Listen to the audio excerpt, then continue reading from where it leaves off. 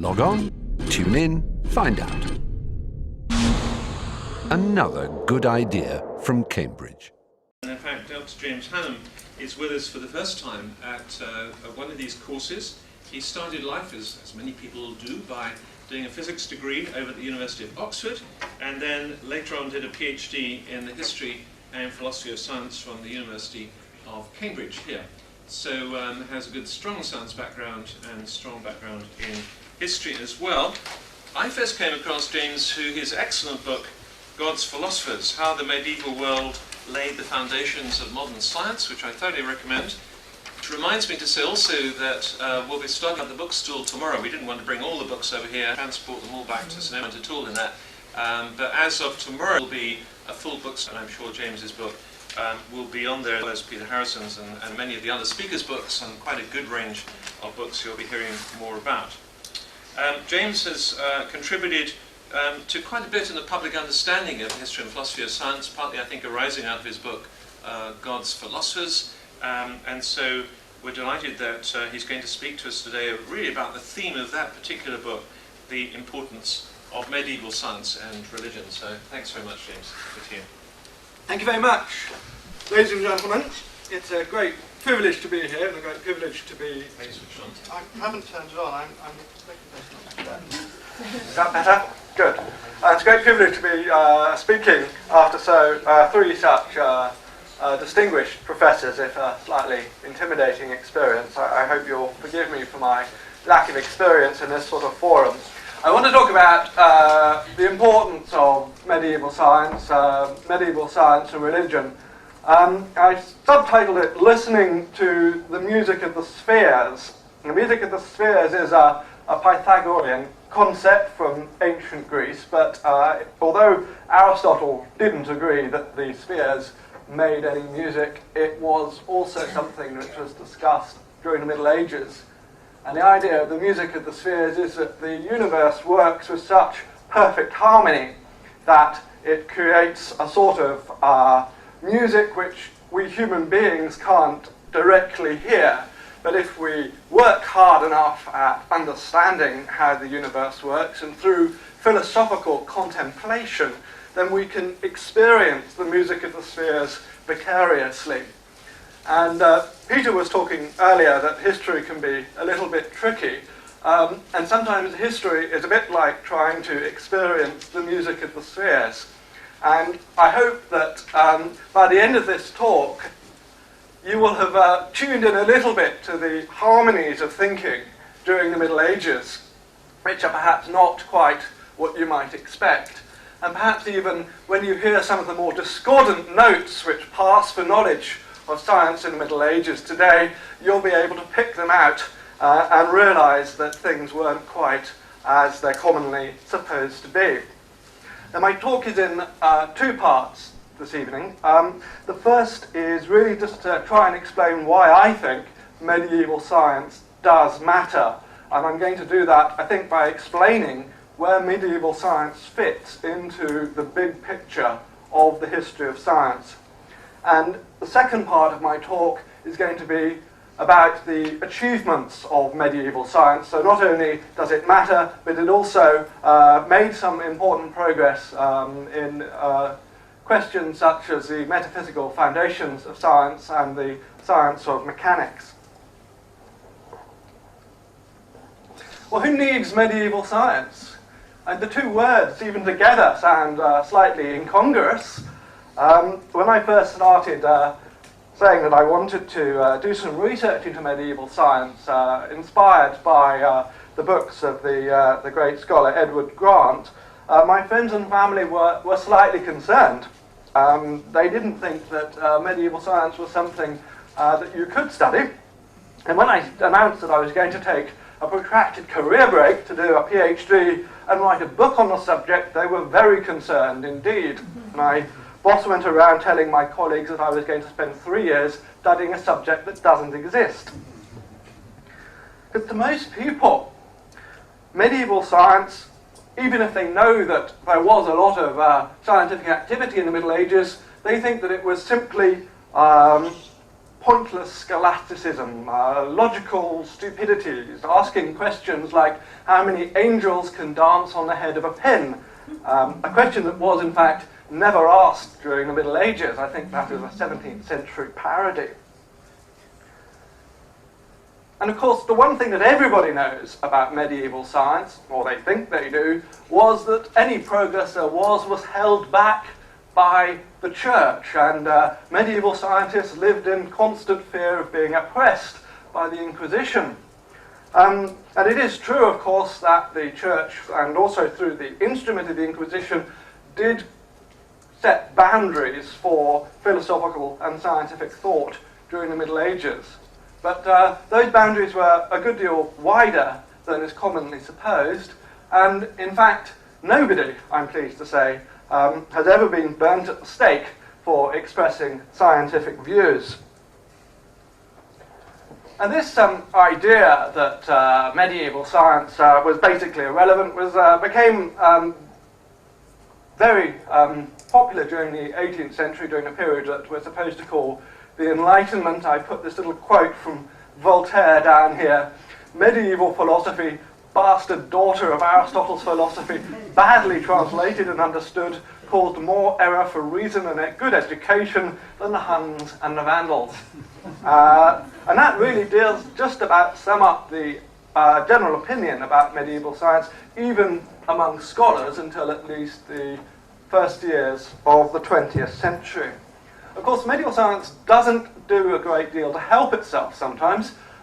You have manuscripts like this, admittedly quite a pretty picture, but reading this sort of thing in Latin is a bit of a challenge, and we've been much helped in recent years by the number of translations and critical editions which have come out of the important works of medieval science.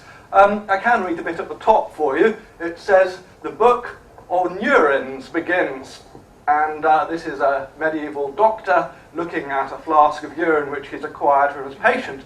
And I have to admit that with a style like that, you can just about forgive the 18th century scholars for not wanting to read any further.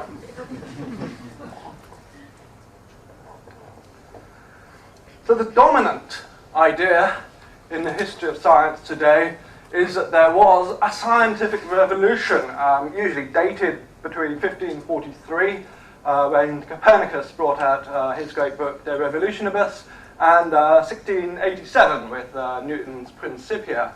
The scientific revolution we heard from Herbert Butterfield in the mid-20th century outshines everything since the rise of Christianity and reduces the Renaissance and Reformation to mere episodes, mere internal displacements within the system of medieval Christianity. So, quite important then. And the idea of the scientific revolution in the popular mind is that it was linked to the Renaissance, which is usually dated to have happened in the 15th and 16th centuries. And apparently what happened in the Renaissance was that all this wonderful Greek wisdom was recovered by those wonderful humanists, and the recovery of that wisdom kick-started a new generation of scientific thinkers who were finally able to carry forward scientific progress after the great interruption for 1,000 years caused by all those medieval clerics. And the point about the scientific revolution, the whole word revolution, is that it represented a complete clean break from the science which had been going on before, if indeed there had been any science. And that's usually characterized as a rebellion against the hegemony of Aristotle. Now, Aristotle, of course, as everybody knows, is a great Greek philosopher who produced an absolutely stunning synthesis of knowledge, including natural philosophy. And this was indeed extremely influential in the Middle Ages, and was, I have to say, wrong a great deal of the time. And so the scientific revolution was thought to represent the breaking of that tradition and its replacement with something new. And that means that if there really was this scientific revolution, medieval science really doesn't matter much. It was the ancient regime of science, a thing that happened before and I had been wasting my time doing my PhD for 3 or 4 years. But of course I don't think that's the case. But I think the first question we have to ask to see why it isn't the case is this one. Who invented science? Well, modern science is what I mean. Of course, the study of nature has been going on for thousands of years. But the modern science, such as science as we recognize it today, that could be something rather more recent. It's commonly supposed it might have been the ancient Greeks who invented science, and they certainly have some great achievements to their name. This is a picture of the Antikythera mechanism, which is believed to be an armillary sphere, a mechanical armillary sphere, which modeled the universe, dating from the 1st century BC, which was recovered in a shipwreck. And if you look at X-rays of this rather rusted contraption here, it does look very, very impressive. But the trouble is that Greek science lacked a lot of the characteristics that we recognize as important for science today. I tend to pick on Greek medicine, which I'm afraid was something of an unmitigated disaster if the idea of medicine is to help people to get better, which I don't think is an unreasonable proposition. It didn't do that. It had lots of very clever theories, lots of competing schools, but when it came down to treatment and understanding the causes of diseases, it tended to make things much worse. Bleeding, purgatives, and lots of herbs that you really, really wouldn't want to have to take. That's a great figure of Aristotle. Aristotle was a genius, but he was so clever perhaps that he thought that when it came to figuring out how the universe worked, the best way to do it was to take some observations of the world around him and then think very, very hard about what that rationally implied. And unfortunately that means that he got a great deal wrong. Famous case that we were talking about just now is spontaneous generation. Augustine thought that creatures, insects, bugs would just appear naturally out of the ground. And that was something which Aristotle wholeheartedly supported. He said nature abhors a vacuum. In fact, he didn't quite say that, but he did say a vacuum is completely impossible.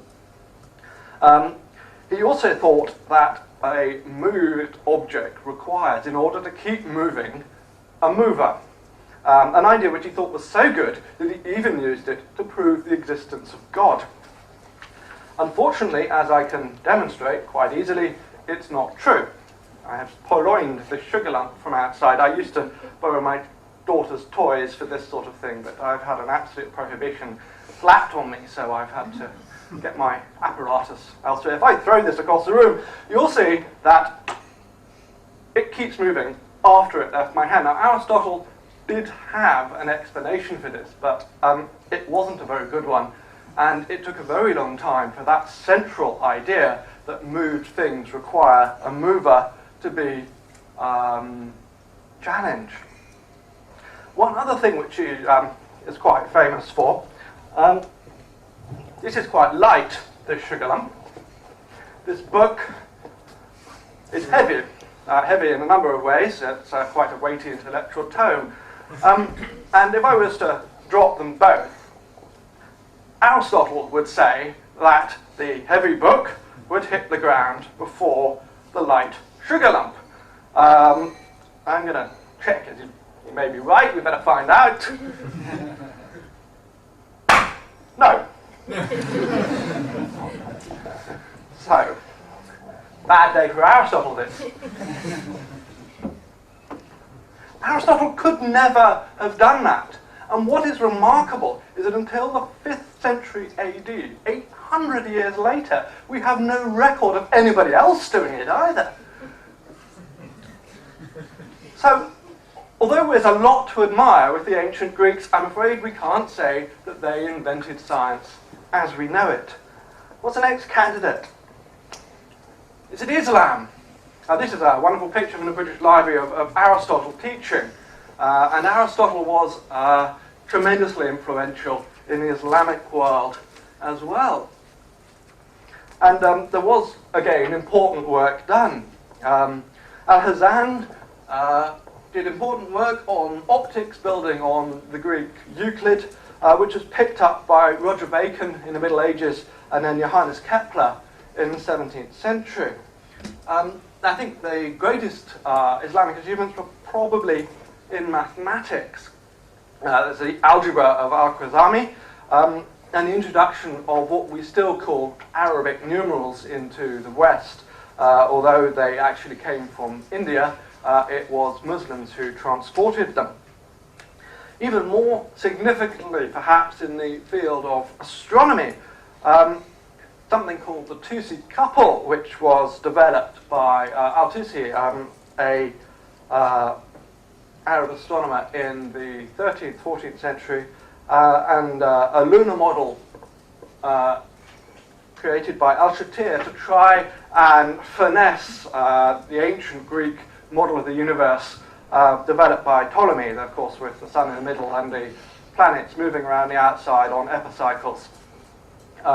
And although they never suggested in the Islamic world that the Earth might be going around the sun, their mathematics was lifted by Copernicus in his great work, De Revolutionibus. So they did have an important influence in that way. But I'm afraid to say that despite all that, they didn't make great conceptual advances over Greek science. And there was never any, as we also discussed earlier today, there was never really a scientific culture which enabled science to sort of keep going under its own steam. And as a result, science pettered out, I think, around about the 16th century. It wasn't in Islam. Scientific revolution was that when modern science was invented. Nice picture of Newton here. Well, I don't think it was. And I don't think it was because early modern science was still very different to science as we know it today. Not least because it was still the study of God's creation. Theology was still an explicit driver of scientific ideas.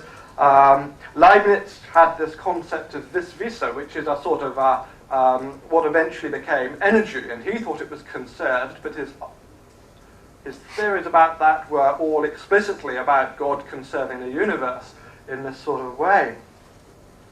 The experimental method was developing, but it hadn't fully developed. Things like double-blind tests and control samples had not yet been completely brought into the fold.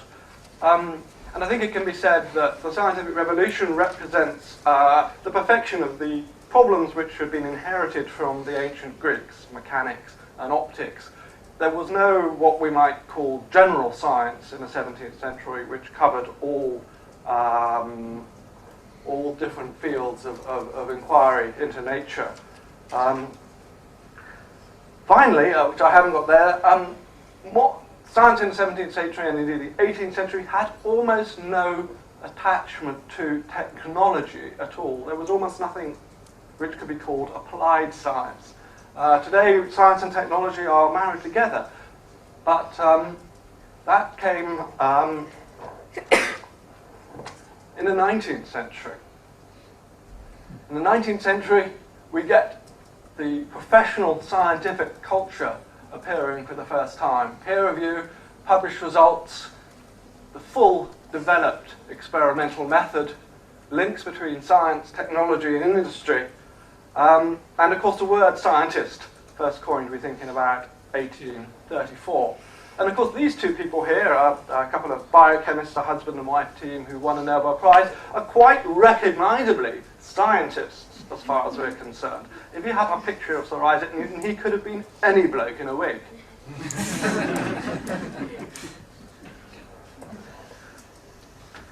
So, I subscribe to something extremely controversial called the continuity thesis, which rejects the idea that there was a big bang scientific revolution in the 17th century. Now that is not to say that science has always been advancing in some sort of homogeneous, uniform sort of way. There have been ups and downs, there have been areas of rapid progress. There have, I think, been revolutions, if you like, in individual sciences. Revolutions in mechanics, say, in the 17th century, in chemistry at the end of the 18th century, in physics at the beginning of the 20th century, in medicine, perhaps most significantly, in the middle of the 19th century. That was about the time when doctors finally started curing people rather than killing them. You may have heard of Thomas Kuhn, who was a philosopher of science, I think, at Harvard. He wrote a very famous book called The Structure of Scientific Revolutions, which, although he may well have been, in fact he was, a believer in the Big Bang scientific revolution, his book is much more subtle than that. And it does suggest that you can get revolutionary movements in individual sciences, but most of the time you just get steady progress. So the continuity thesis says that there has been fairly continuous development of natural philosophy into science, into the new philosophy, into modern science, starting in the 12th century and moving on all the way to the present day. It's a single narrative thread. That does not discount the importance of outside influences. It doesn't mean to say that this is purely a European story. We can trace streams which have come in from other civilizations at different parts of the story. Most famously, I suppose, from ancient Greece in the 12th and 13th centuries, and the Islamic world from the 13th centuries up until around about the 15th, 16th centuries. But I do think that a very strong case can be made that the story of science is one that starts much earlier than we are usually told. I suppose much later, if people are starting it in ancient Greece, that did die out. There's another quite famous book by Stephen Trappin, who's a historian of science in California. He wrote a book called The Scientific Revolution, and the first line of it is, "The scientific revolution never happened, and this is a book about it." So, under the continuity thesis, medieval science does matter. And it matters because it's the beginning of a continuous developing tradition. And it's something, therefore, that if we're going to understand the story of Western science and where modern science eventually came from in the 19th century, that's where we have to start.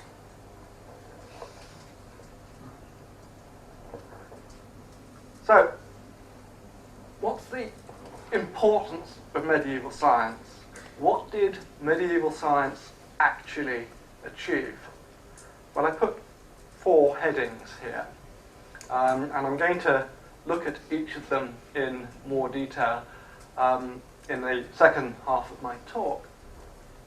But in summary, the first thing which I want to cover is that medieval scholars actively sought out and assimilated the natural philosophy and mathematics from other cultures. They were an uncommonly open lot when it came to accepting ideas from people who their rulers would far rather have been at war with. The second thing which I think is important is that they founded a special kind of protected institution for education, which meant, surprisingly enough, scientific education, which was later used for research. And what's remarkable about these institutions is that although they were founded from the 11th century onwards, almost all of them still exist. And we're standing in one now, the University of Cambridge. The universities stand, I think, as one of the great achievements of Western civilization. Cambridge celebrated its 800th anniversary last year, claimed it was founded in 1209. Slightly dubious about that, actually.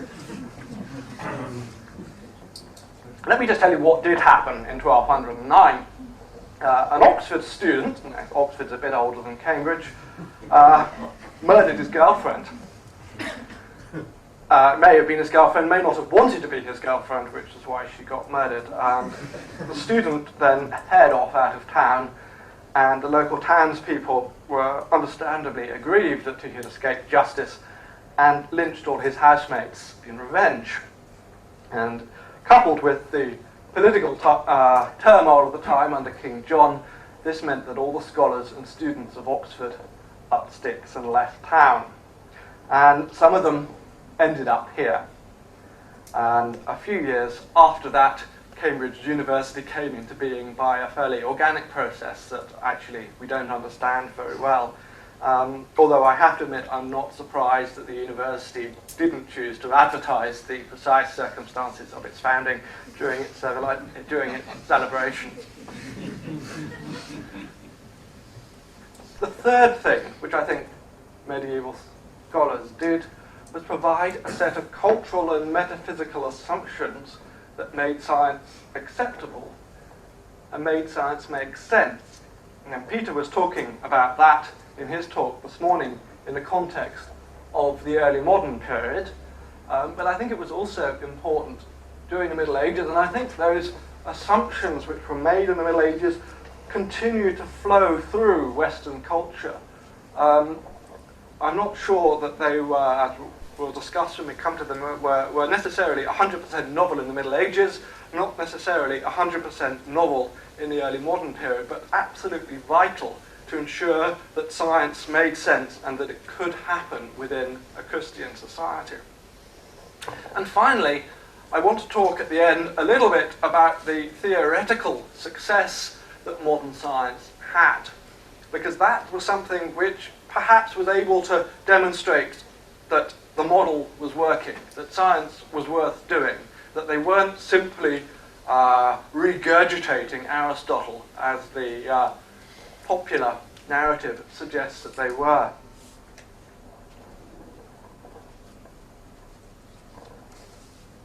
So, my first subheading is simulation of existing knowledge.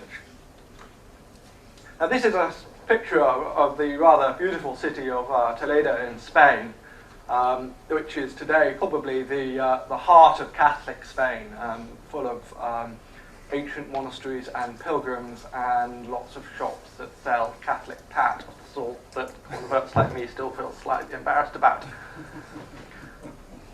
But before 1085, Toledo was ruled by Muslims, in common with almost all of Spain, up until it was conquered in the 8th century, and except for a little strip across the top, the entire Iberian Peninsula was under Islamic rule until the 10th and 11th centuries, when around about 2/3 of it was reconquered by Christians.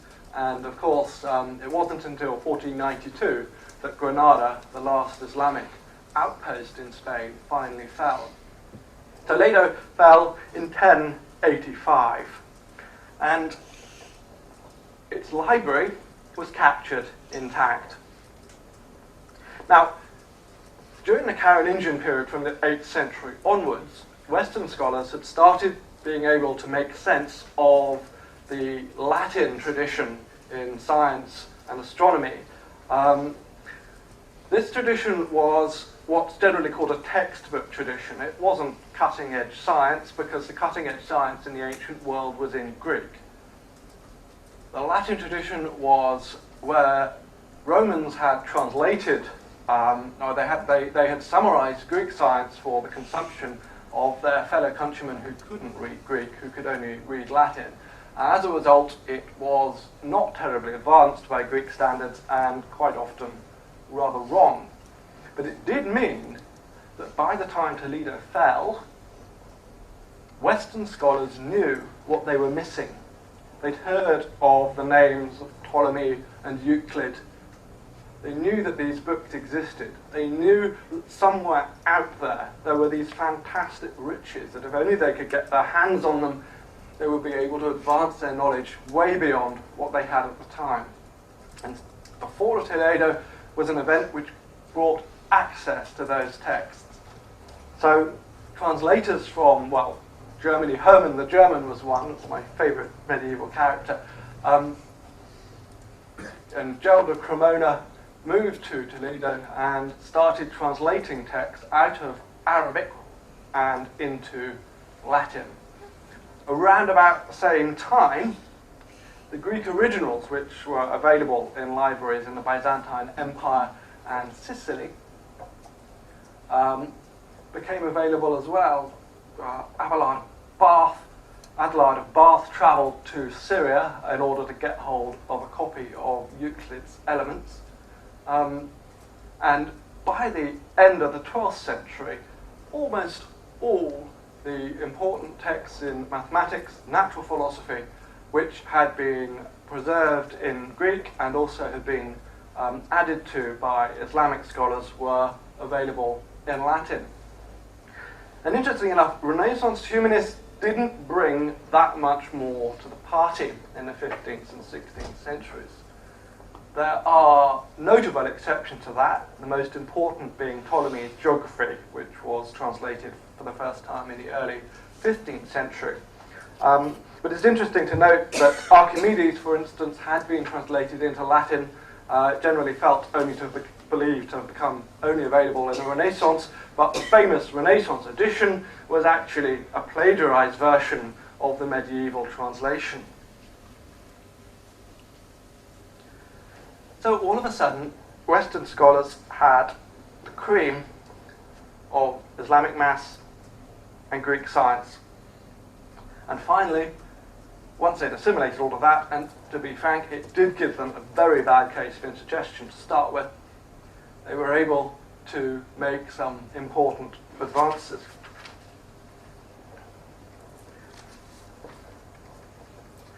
The foundations of the universities. Well, the first university was a law school, and that was founded in Bologna in 1158 by a decree of the Holy Roman Emperor Frederick Barbarossa.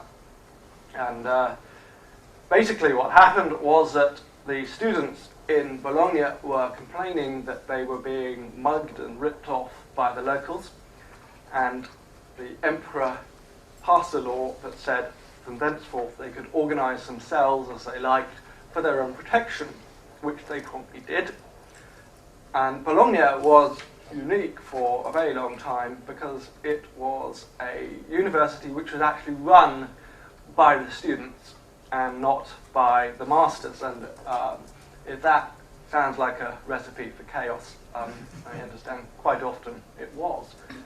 And gradually the masters found that they had to take control of the way that the university was run. But even today, there are certain things that the students of Bologna are still able to do, even if it's largely symbolic. So the more common model was that the charter for a university was presented to the masters, and the masters were the people that ran it. And the model, of course, is so successful that it continues even today. And I think it's probably fair to say that it's the private universities in the United States which most closely follow the medieval model, because they remain independent corporations in a way that universities in continental Europe certainly aren't, and universities in the United Kingdom have been ceasing to be over the last 50 years or so. And the independence of universities, I think, was terribly important, and it was guarded jealously. And if, for instance, the town started to misbehave themselves, the students and masters would all simply leave and go and set up somewhere else, which is how I mentioned we got Cambridge. The same thing happened in Bologna. The second oldest university by some accounts is the University of Padua, which was founded by an exodus of Bolognese students. In Italy, the university specialized in law and a bit later in medicine. The northern universities were a slightly different character. Paris, Oxford, later Cologne, and several others, they were primarily intended to teach theology, and theology was the queen of the sciences. That was the peak of an academic career in the northern universities. But in order to move on to the theology faculty, Paris and Oxford and the universities model on them demanded that you first had a thorough grounding in the philosophies and the arts. And this was the syllabus. And this really was the syllabus, right up until the 17th century or so. Dates from late antiquity. And the first 7 subjects are known as the 7 liberal arts. And they were considered by the Romans to be the sorts of things that a free gentleman should be expected to know. So you'll note the lack of anything practical or craftsmanship or anything not fit for a free gentleman.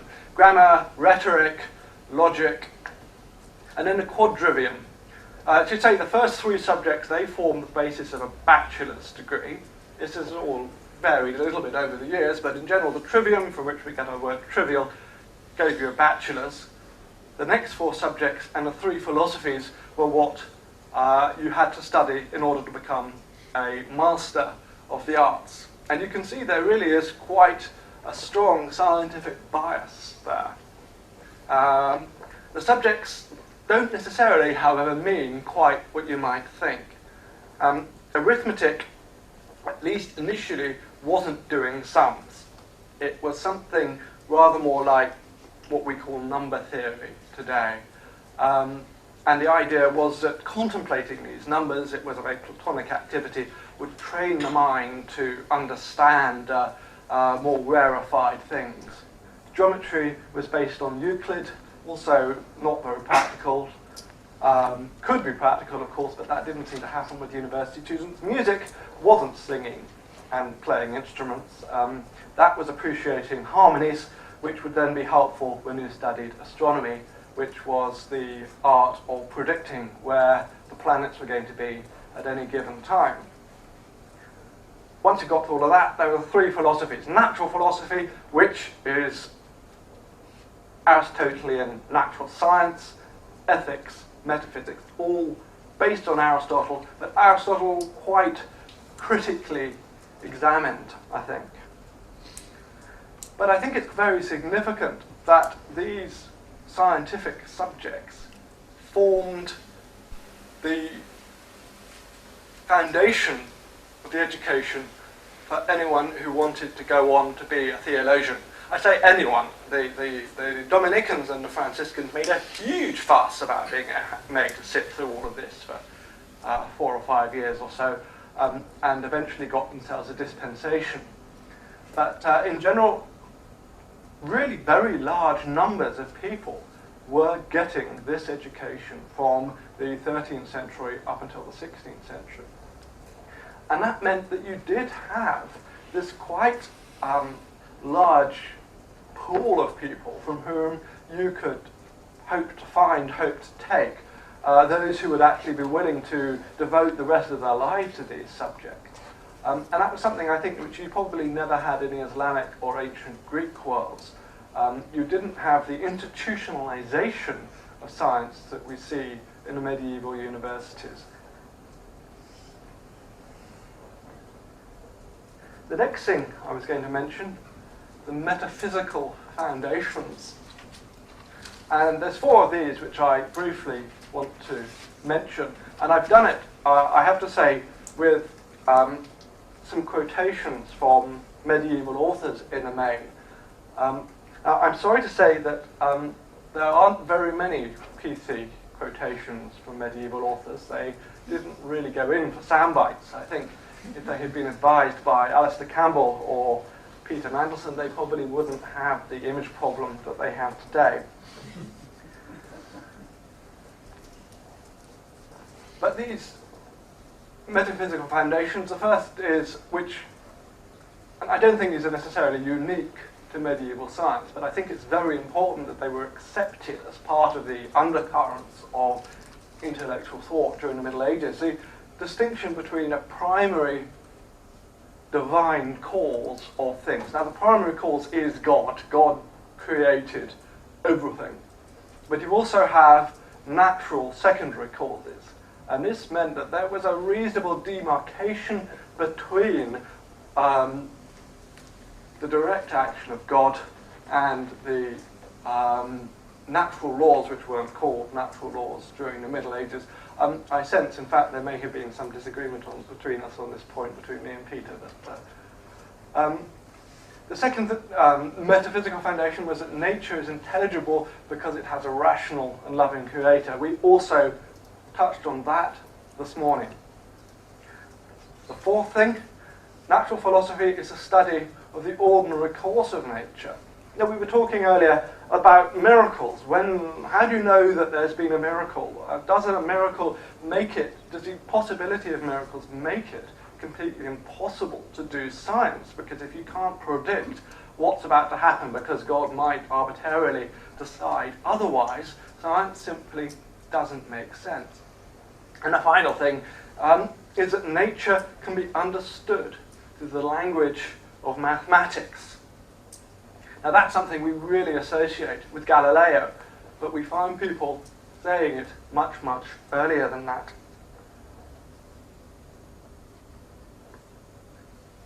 So, here's my first non-pithy quotation. This guy, Gilbert, he's a theologian rather than a scientist. But he's saying that all things have been made by God as their author. Certain things are God's work, just as they are, namely those that he makes himself. That's primary cause and miracles. Others are called works of nature, and they're created by God after some natural resemblance, as in seeds from other seeds, a horse from other horses, and similar things from similar things. So nature goes about its business. That's still, of course, God. God is still the ultimate author. But the secondary causes are something that can be reasonably investigated. This is an idea which is most commonly associated with William of Conches, who was a natural philosopher and theologian also in the 12th century. But I haven't been able to find a quotation from him which I could have stuck onto more than about 5 slides which would have said the same thing. Here's our theory of charts. And he's talking about why the world makes sense. Because the things in the world are mutable and corruptible, it is necessary that they should have an author. Because they are arranged in a rational way and in a very beautiful order, it is necessary that they should have been created in accordance with wisdom. But because the Creator, rationally speaking, is in need of nothing, having perfection and sufficiency in himself, it is necessary that he should create what he does create only through benevolence and love. And he is not a capricious master. Something I should mention about these 12th century thinkers is that they were more Platonists than Aristotelians. But that Platonism continued, I think, to have quite an important influence through the rest of the Middle Ages, even if it was, to some extent, submerged by the flood of Aristotle, which was about to descend on Western European life. And I think people, when they read medieval natural philosophy, tend to read it in much the same way as it's the right way to read Aristotle in the original. But it's not necessarily the case that medieval writers were reading Aristotle with Greek pagan eyes. And they were certainly, I think, reading it with the eyes of Christians, and Christians who had a Platonism in their blood almost, because St. Augustine was so influential in the Middle Ages in medieval theology that it was almost impossible, if they had wanted to, for medieval scholars simply to put away that Platonism which was in their DNA and become pure Aristotelians. And even if they'd wanted to, in 1277 the church told them that they couldn't.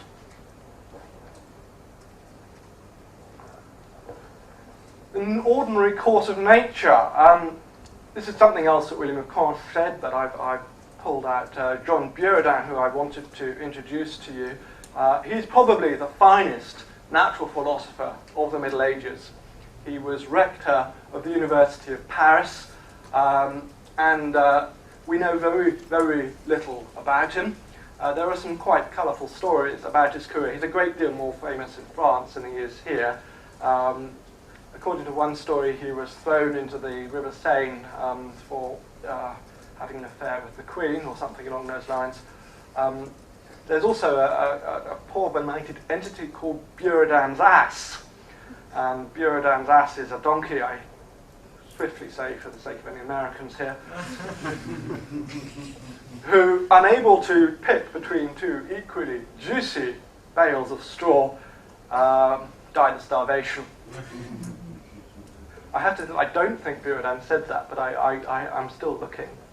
Buridan did say, it's evident to us that every fire is hot and that the heavens are moved, even though the contrary is possible by God's power. And it is evidence of this sort that suffices for the principles and conclusions of natural philosophy. So the ordinary course of nature is what science deals with. You always have at the back of your mind, you certainly do if you're a medieval scholar, that God is in charge and God could make miracles happen if he felt like it. But generally, he doesn't. And that was a standard answer which was given to theologians who were questioning whether natural philosophy was a good idea at all. Thomas Bradwardine. Now, Thomas was briefly Archbishop of Canterbury, no less, before he just got back from Rome to deliver the rather substantial fee that he had to pay to become Archbishop of Canterbury. Just settled himself into his episcopal throne in Canterbury, and then died of the Black Death. But before he became Archbishop and before he entered into his political career, he was one of the leading lights of Merton College at Oxford. And Merton became so associated with mathematics in the 14th century that an entire school of mathematicians known as the Merton calculators came into existence, who were extremely influential, especially in Italy, over the rest of the Middle Ages. And as we'll see later, some of their ideas were even purloined by Galileo. And Bradwardine said, mathematics is the revealer of every genuine truth, for it knows every hidden secret and bears the key to every subtlety of letters. Whoever then has the effrontery to pursue physics while neglecting mathematics should know from the start that he will never make his entry through the portals of wisdom. That sounds a little bit like the sign that was supposed to be above Plato's Academy, that no one who knows geometry enter here. That sign, in fact, is a myth of around about this period. Plato liked geometry, just not quite that much. So what were the scientific achievements of the Middle Ages? I've got, 10 minutes, so I'm just going to run through three of what I think are the most important achievements. The mean speed theorem, relative motion and the rotation of the Earth, something which was of great concern in the 14th century, and impetus theory, which is slightly controversial. It looks a bit like momentum, but it isn't. But I think it is an important part of the story. I've put here a portrait of Nicolas Rem, who was a student of John Buridan at Paris, became a bishop later on in life, and he is most associated with thought about whether or not the Earth is rotating. The mean speed theorem we first find in a book called The Rules for Solving Logical Puzzles, which was published in 1335 by one of the Merton calculators, William Heytesbury. And it states that a uniformly accelerating object moves as far as an object travelling at its average speed, and also that it will move 3 times the distance in the second period of any period of motion that it moved in the first period when it starts from rest. Now these aren't terribly accurate diagrams, that one's a bit better. But basically what he's saying is that if you draw a graph, then the slope of the curve represents your acceleration, and if your acceleration is constant, you've got a constant slope, and the distance under the graph represents how far you have travelled. And if this was accurate, you would have been able to see that this triangle here, which represents the first period of motion, is 3 times the size, is a third of the size of this area here, which represents the second period of motion. Now, this graph appears in a manuscript that was produced shortly after Nicole Orem had proved the mean speed theorem by using graphs. And this was a huge advance. And it also produced lots of new conceptual ideas. The idea that a distance can be represented by an area, for instance, which hadn't turned up before. This is a late 14th century manuscript. This is a late 15th century printed book, which is an edition of William of Heytesbury's Rules for Solving Logical Puzzles, which the printer has put the diagram in order to help prove the point. That's came out in 1498. And this is Galileo. And Galileo's diagram, he's extended it a bit, and we do see extended versions sometimes in the Middle Ages, but Galileo, I think, is not entirely honest about where he's getting some of his ideas about uniform acceleration. Because his proof, which he claims to be the first of its kind, doesn't appear to be the first of its kind at all. And in fact, we can go back 200 or 300 years and find different, we can find pretty much the same proof being expressed in pretty much the same way.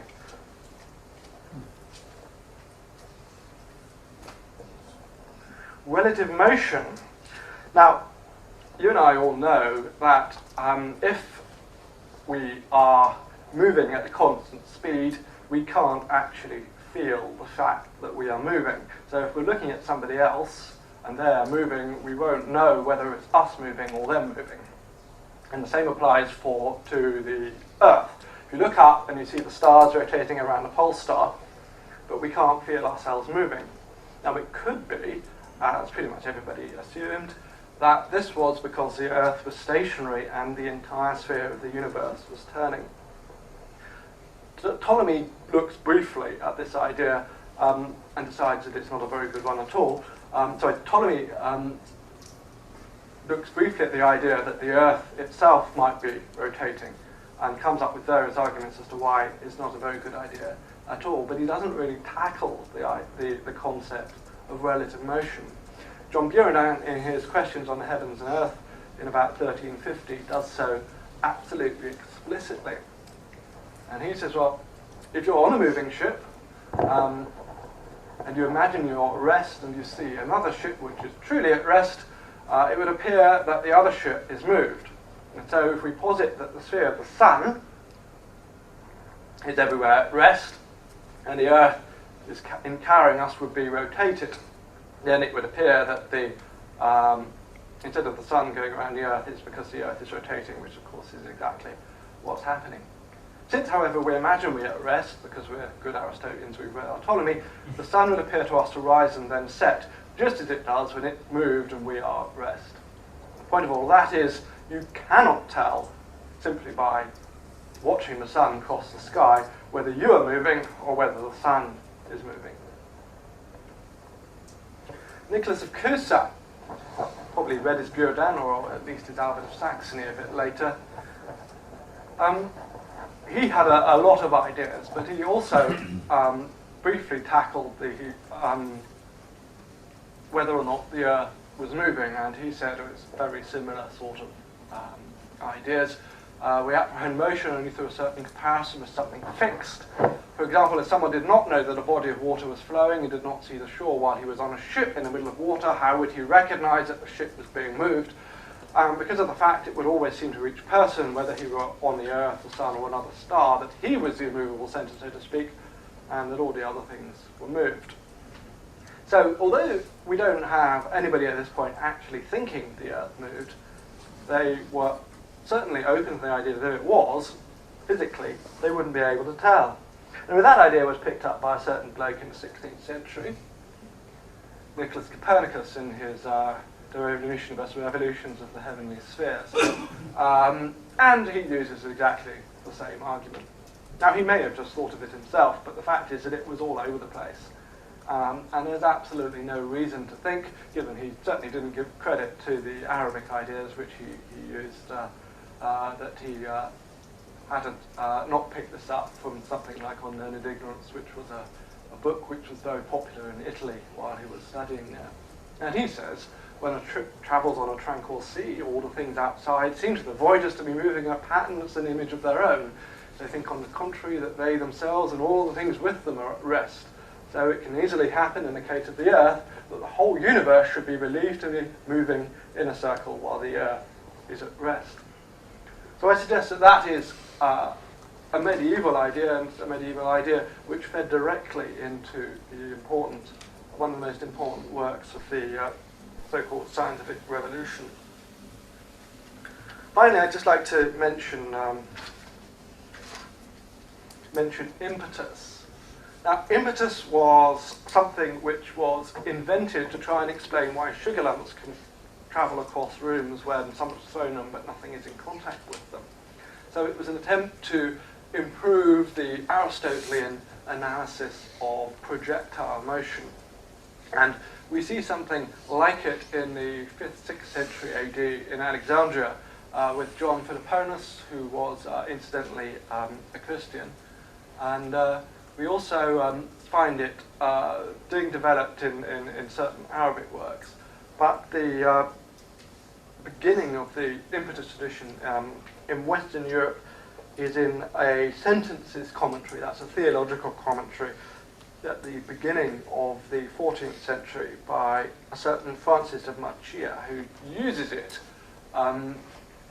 not just for projectile motions, but for just about anything, good and evil, the Eucharist, the works. Jean Baudin, who was a natural philosopher and not a theologian, he produced what was probably the most successful model for impetus of the Middle Ages, where he realized that impetus would be an internal force of a projectile which would be used up while the projectile was traveling due to air resistance. And it would have to be, this force would have to be proportional to the mass of the weight of the object and the velocity which it was traveling at. And as you all know, momentum is mass times velocity, although that's not a scalar quality in the way that impetus was imagined to be.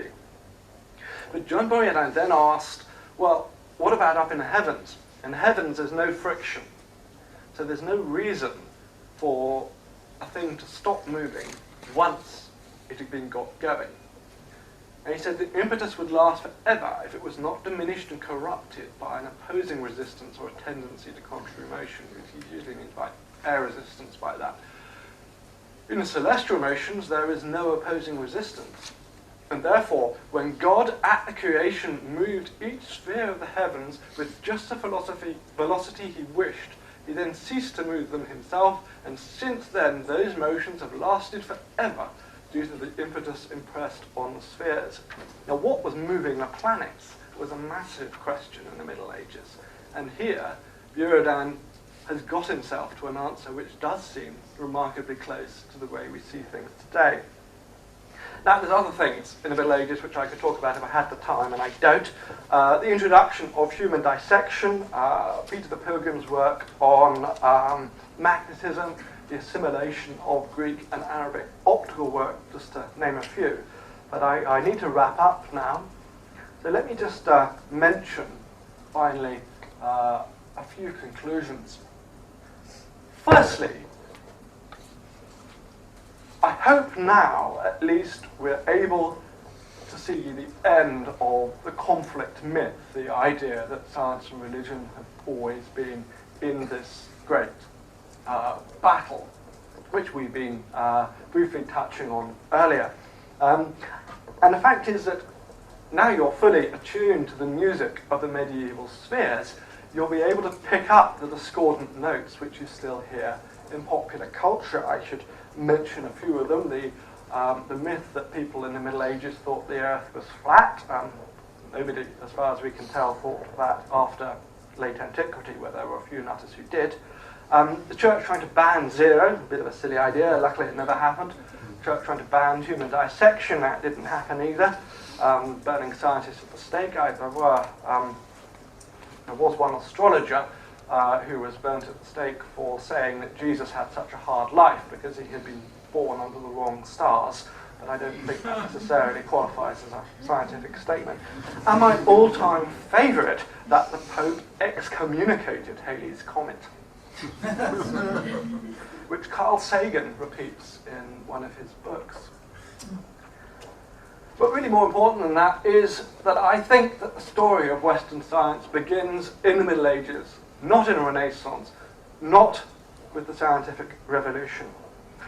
And as a result, the big question to ask is a question that Stephen Gagoja has been asking, which is why Western science did not stagnate, because every other scientific tradition did. So I think that the most important question is not to look at the Islamic world or the Greek world and say, well, why did science fail there? What was wrong with China? I think the question we have to ask is, what was right with the Christian West? Thank you very much.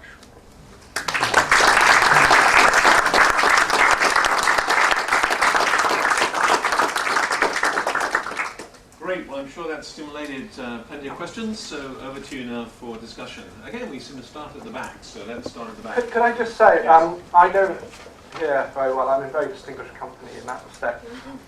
This is an implant without it on stereo, so if I have to ask Dennis to repeat a question, that's nothing, no reflection on you, it's just, I'm not used to do that.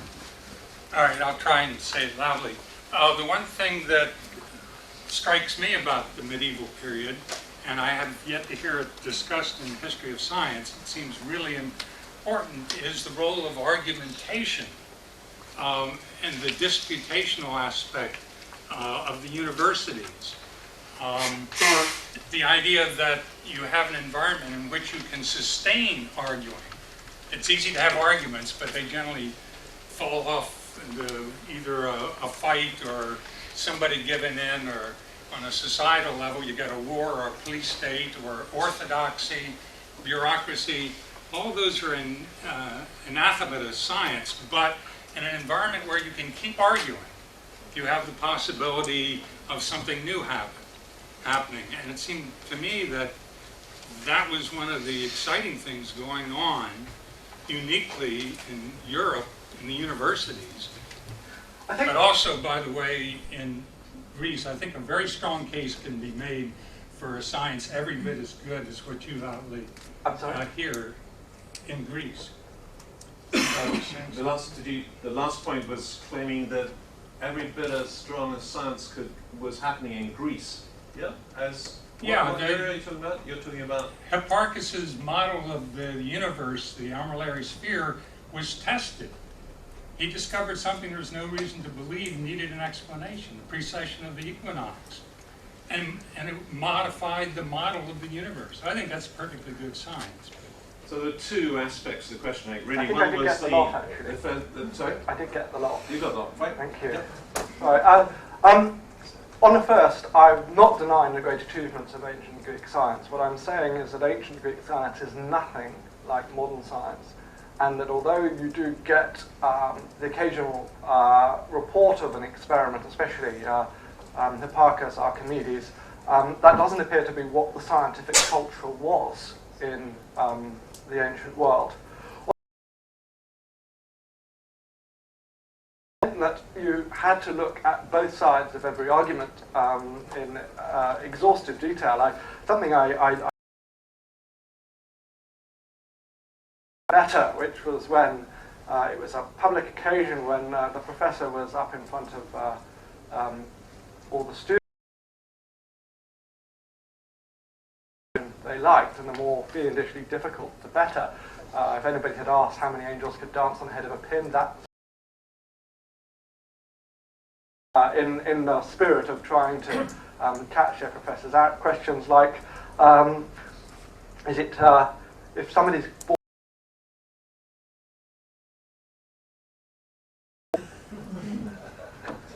or if a bishop is raised from the dead, does he have to be reconsecrated as a bishop?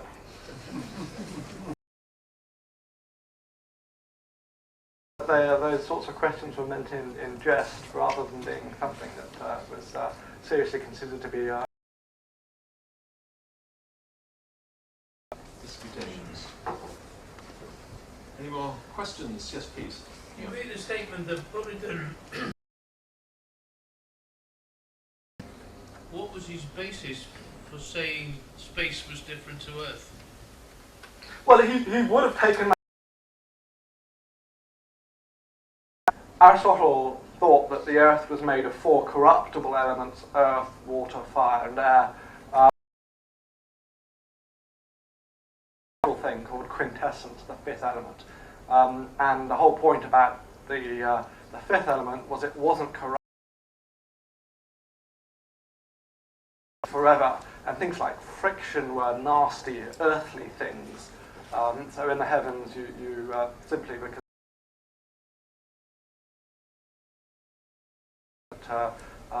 something like friction wouldn't exist there. Other questions?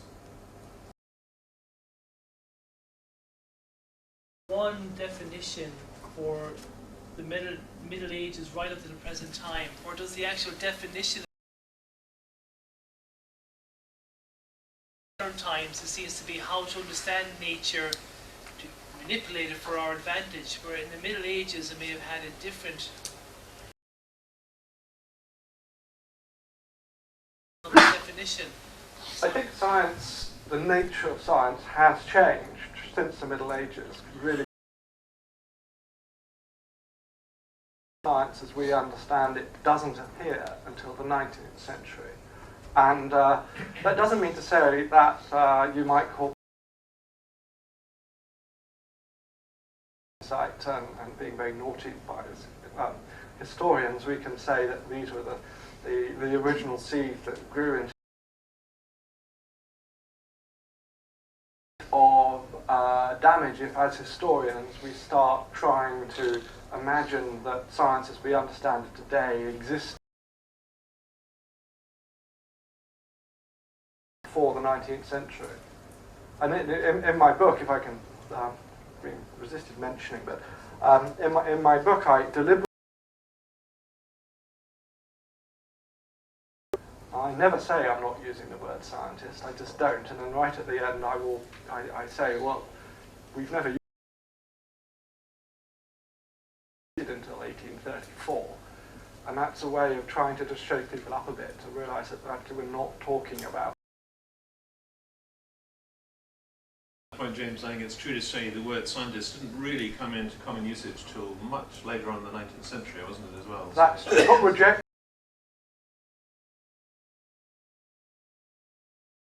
Please, yes. I think in your book you're talking about production of gunpowder sometimes in the West, in the medieval period. Production of gunpowder, and the printing wheel in your book. Sorry. Well, and the question is, sorry, what's the question?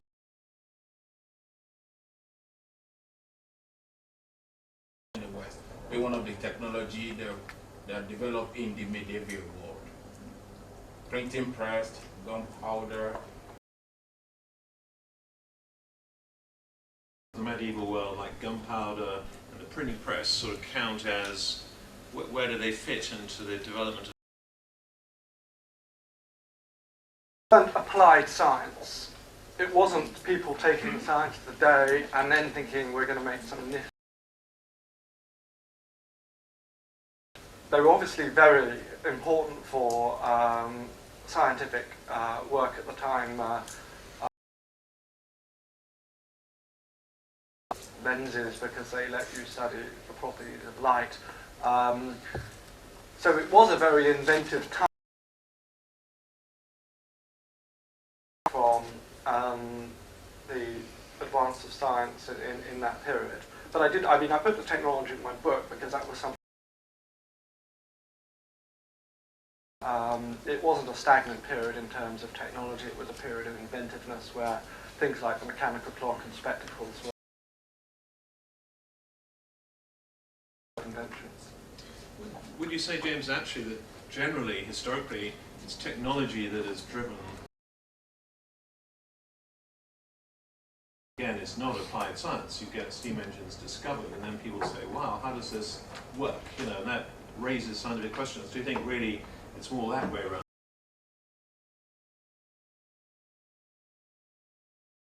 Scientifically examine a steam engine something like 75 years after Watt has invented it. Well, what? Go on then. Yes, please. Yes. To be so, one feature of modern science is the mathematical treatment of the phenomena. To do this in medieval culture, so to treat nature. It begins in the Middle Ages. It begins in the 14th century. When I was at school and was taught emerge fully formed from Galileo's head, and I don't think that is the case. And there's some very interesting in the early 17th century, so really the sort of stuff that Galileo's contemporaries were up to. And where you find the natural philosophy in the Middle Ages, and we're all simply studying ancient Greek thought as being pristine and perfect, the mathematicians, not the philosophers, medieval ideas, and they were the ones that kept mathematical ideas going through the 16th and 17th centuries.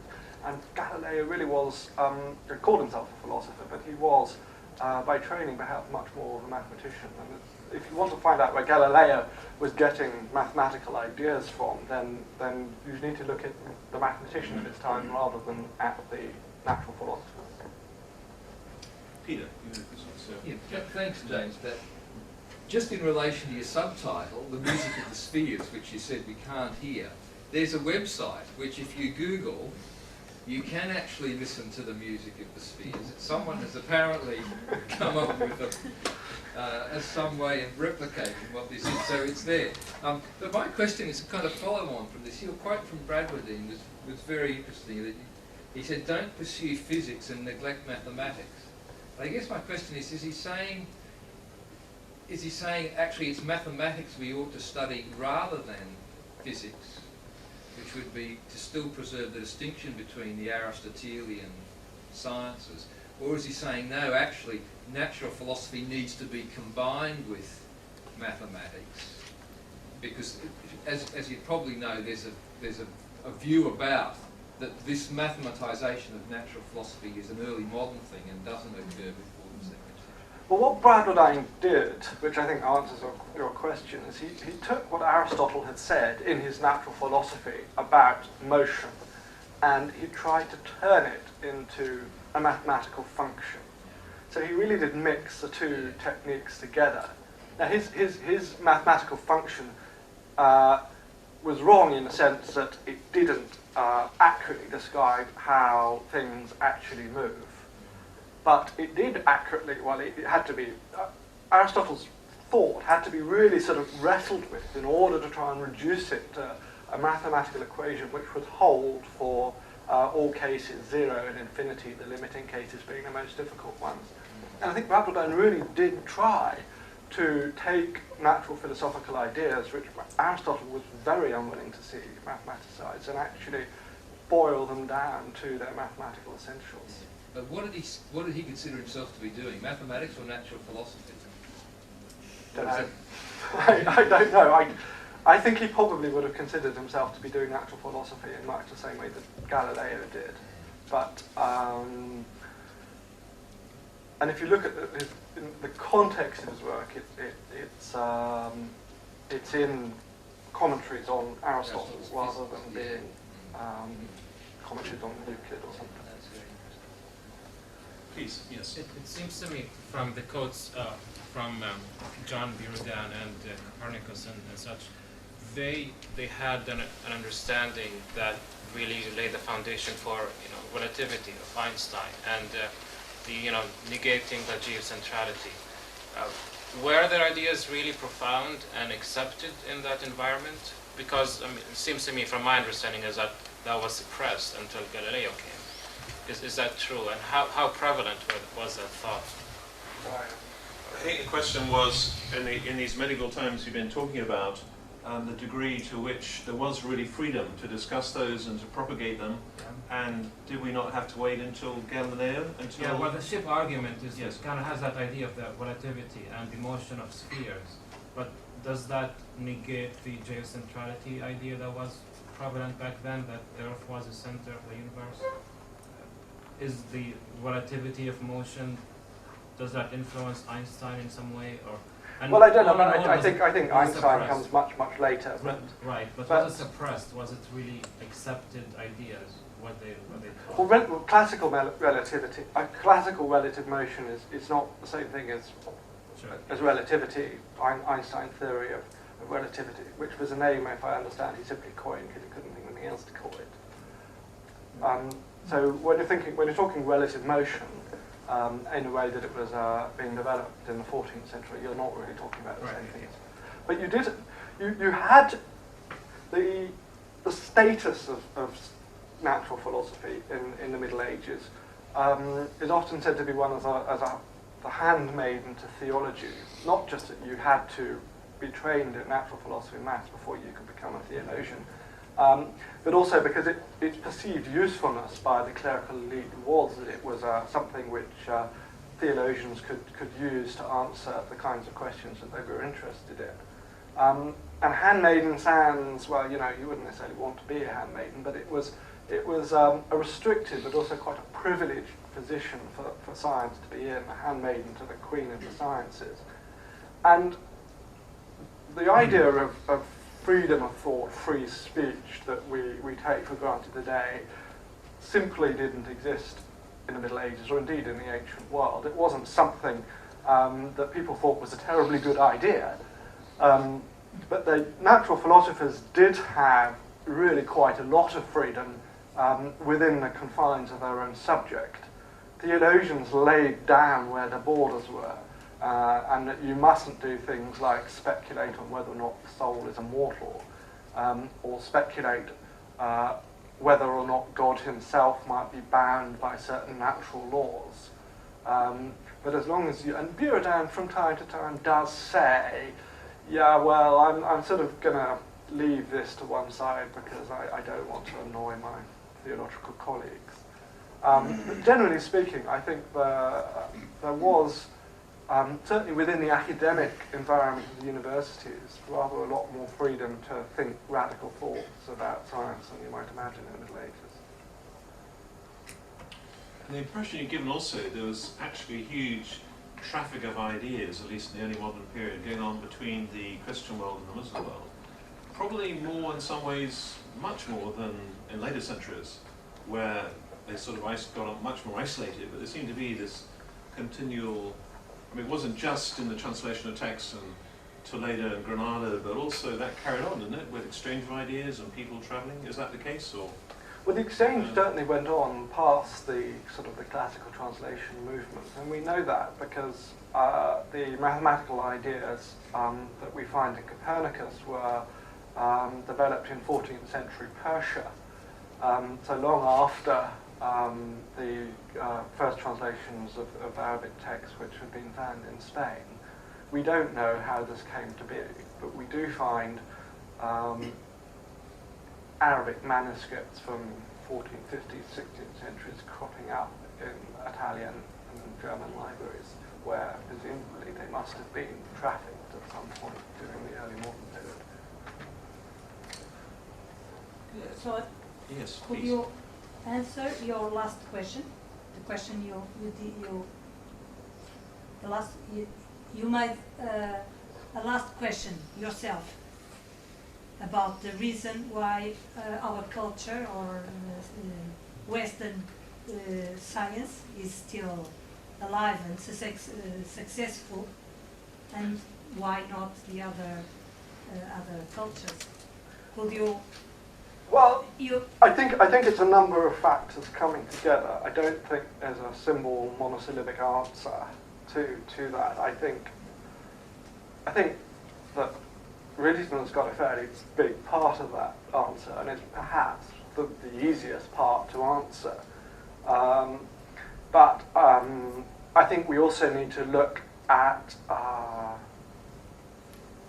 economics, the discovery of the New World and how that drove technology, the way that expanded European horizons, European politics, whereby you had a single culture divided into an awful lot of different states which were competing with each other. There are probably quite a few things which had to come together, and I don't think to date anybody has managed to come up with any definitive answers, but it's a fascinating topic, and it's also a monumentally controversial one, because you need to be quite careful before making statements like the West is great because, which it doesn't necessarily advance understanding all that far. But I think you brought out very strongly the continuity, that somehow there was this sufficient institutional continuity to keep the show on the road. And I think that's important. I think the fact that Cambridge University is still here after 800 years doing pretty much what it was founded to do is a significant point. Because I think it came out, I've heard Islamic philosophers and speaking about this, and the way in which astronomy, you would get the local funder, some prince would fund a wonderful observatory, and it would flourish, for over a period of time. But then when he died, it sort of stopped, and then it flourished in another place. So you get these areas, little different flash areas, here, a little flourish here, a little yes. flourish there, but it didn't seem to be joined up. There wasn't enough to keep it in continuity. I think somebody calculated that the average lifespan of an Islamic observatory was 35 years. Yes. I should mention, of these books, this is the standard textbook, and is well worth a read. This is the standard text on the sort of things that I'm talking about, and is also well worth a read. You probably wouldn't bother with that one. This chap is very controversial, not well liked by quite a lot of scholars. My supervisor absolutely forbade me to have any reference to him in my PhD thesis whatsoever, and he would ring it in red ink if I had any mention of him, so I had to take them all out. This is not necessarily because because freedom of disputation, isn't it? Freedom in Cambridge University. But what he does try to do is answer the very question that you've asked, and he's one of the very few people who really does try to answer that question. He takes about 800 million hostages to fortune when he does it, but I think really he deserves credit for just trying. Could you translate for people whose language, it's not primary language English, there are 800 million hostages? Can you translate that into ordinary English for us? Sorry, I know some people, 800 million hostages to what does that mean? We need translation. Well, I mean, what he does is he makes so many points and builds his arguments on things which he hasn't been able to prove. So, whether or not his argument is right isn't really the question that his critics are asking. His critics are saying, well, look, you got this bit about Euclid wrong, you got this bit about the Chinese examination system wrong, you got this bit about human dissection in Islam wrong. Whether or not that has any impact on his overall argument doesn't actually seem to matter very much, because he's reached the critical mass of mistakes. It means he's not going to be taken seriously, which is a pity, I think. That was a really Cambridge statement, I have to say. Sorry. Okay. Good. I think we've worked our speaker very hard. He's given us a very stimulating talk, so let's thank him very much.